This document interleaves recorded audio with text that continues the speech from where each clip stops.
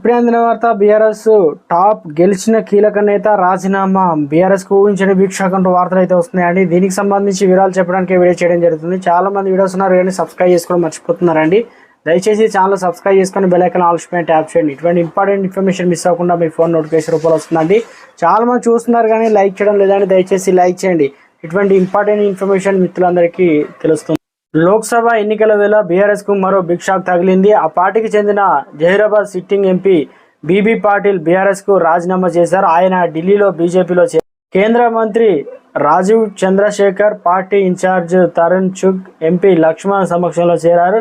జహీరాబాద్ నుంచి బీజేపీ అభ్యర్థి పాటిల్ బరిలోకి దిగనున్నారు. ఎన్నికల షెడ్యూల్ రాకముందే బీజేపీ లోక్సభ అభ్యర్థుల తొలి జాబితా ప్రకటించనుంది. ఇందుకు గాను పార్టీ అగ్రనాయకత్వం ఇప్పటికే కసరత్తు పూర్తి చేసింది. తొలి జాబితాలో అభ్యర్థుల పేర్లు ఖరారు కోసం సమావేశమైన బీజేపీ కేంద్ర ఎన్నికల సంఘం భేటీ జరిగింది. తొలి విడతలోనే సగం సీట్లకు ఎంపీ అభ్యర్థులను ప్రకటించినట్లు సమాచారం.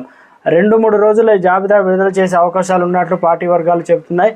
గత లోక్సభ ఎన్నికల్లో తక్కువ మెజారిటీతో గెలిచిన సీట్లు, పార్టీ బలహీనంగా ఉన్న సీట్లలో అభ్యర్థులను తొలుత ప్రకటించినట్లు తెలుస్తుంది.